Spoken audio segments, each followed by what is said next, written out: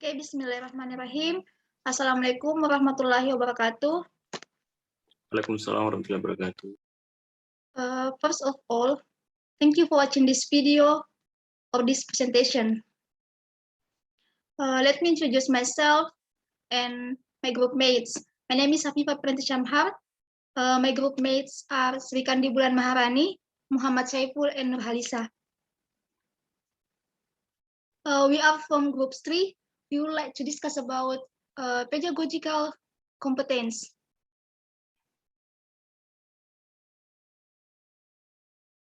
Okay, we have divided our material into few sections. The first is about definition of pedagogy competence required. The second is about the characteristic of pedagogy competence. The third is about requirements of pedagogy competence, and the last is about benefits of pedagogy competence. Okay, let's get started. To the first presenter is Muhammad Saiful. Time is yours. Okay, thank you. The first definition, pedagogy competence. According to the General Indonesian Dictionary, competence means authority, the power to determine or decide something. Pedagogy comes from the Greek word paidos, which means children, and agogos, which means to guide and or lead.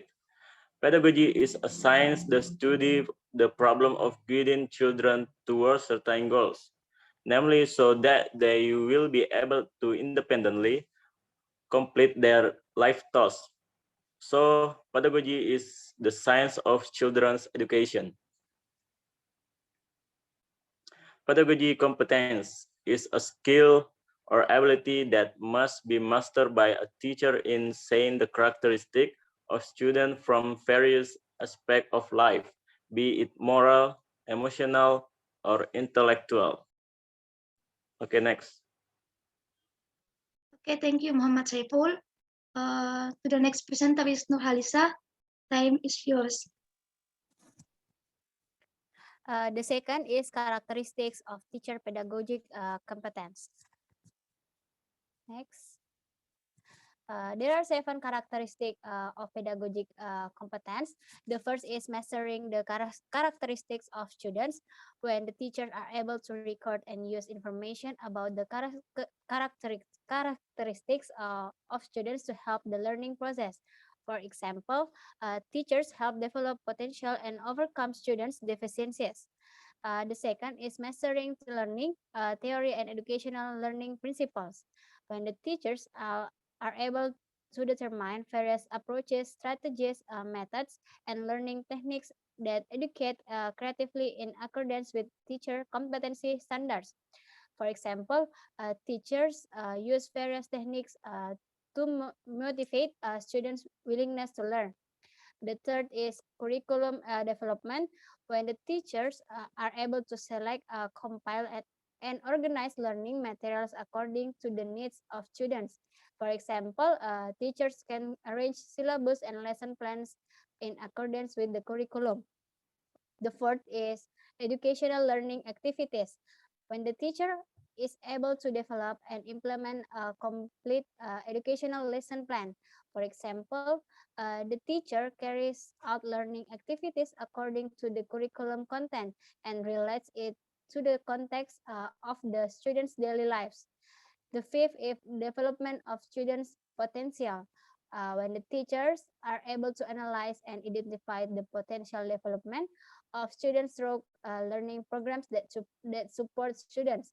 For example, the teacher designs and carries out learning activities to raise the creativity and critical thinking skills of students. The sixth is communication with students. When the teachers are able to communicate effectively, empathically, and politely with students and are enthusiastic and positive.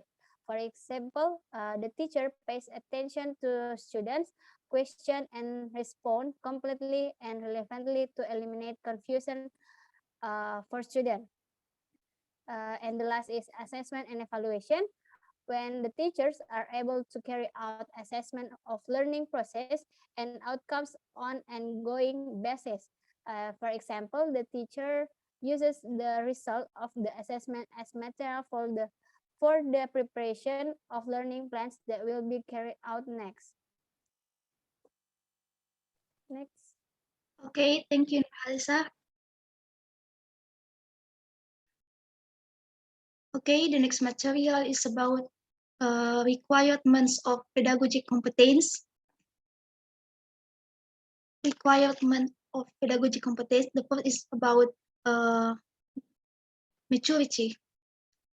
An educator must be an adult because the relationship between children and immature people cannot create an educational situation in the true sense of the word.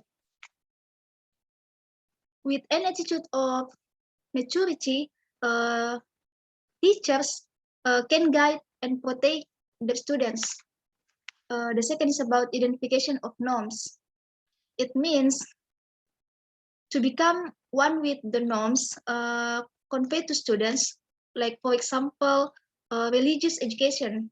Religious education will not be successfully given by people who only know about religion but do not adhere to the religion being taught. This is where This is where the privilege of education students lies.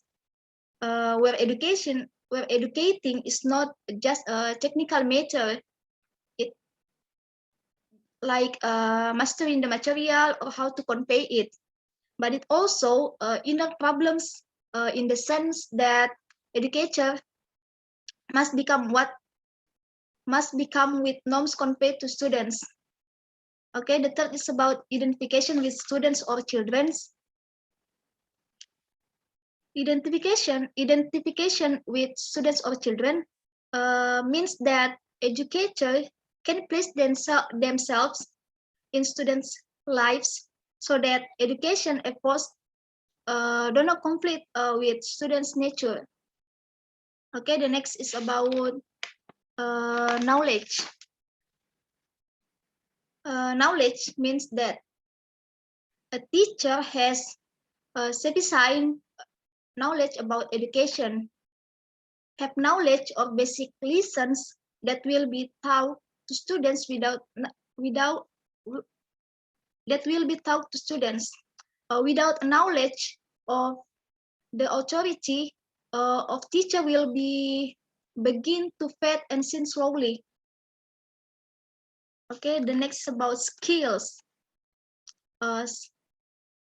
It means that a teacher must have education skills. Skills are not only limited the classrooms and schools, but teachers are also required to have skills attitude of school's hours. For example, like when students have difficulty receiving material in the learning process, so the teacher should guide students during hours outside of school. Okay, the last is about attitude. It means that a teacher must have a positive mental attitude toward education. It is hoped that when the teacher enters the class, they already have the idea that all student is smart. No one is stupid or naughty.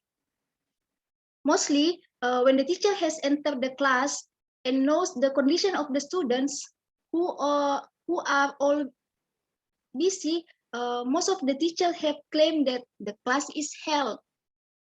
Even talk is not like they imagine.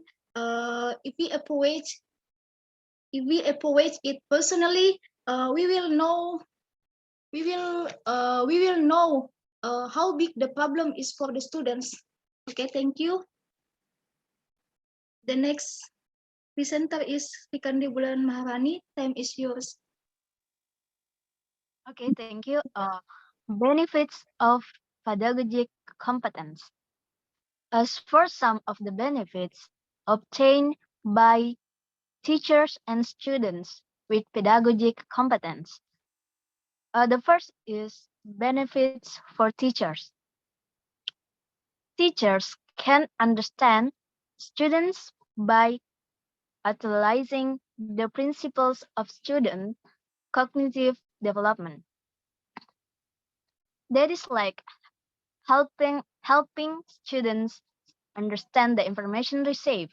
For example, when a student asks why airplanes can fly, then the teacher must explain it according to the student's level of understanding.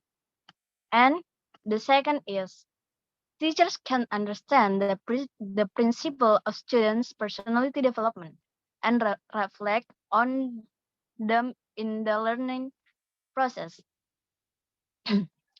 Personality development are very influential in the learning process because the lesson of material can be understood by students when students can focus on what is being discussed.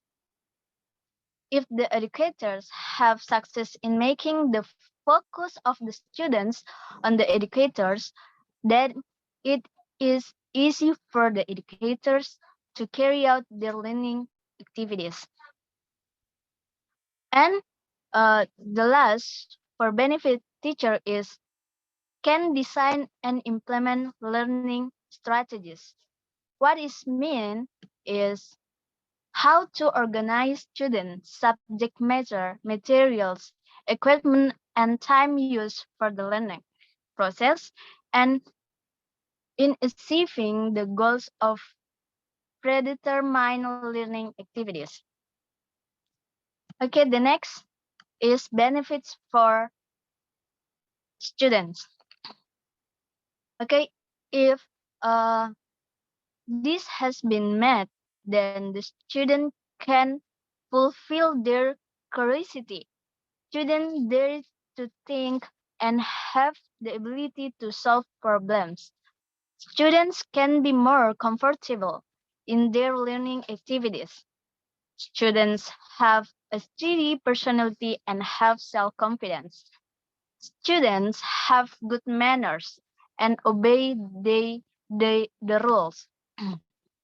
Students grow their leadership spirit and are easy to adapt.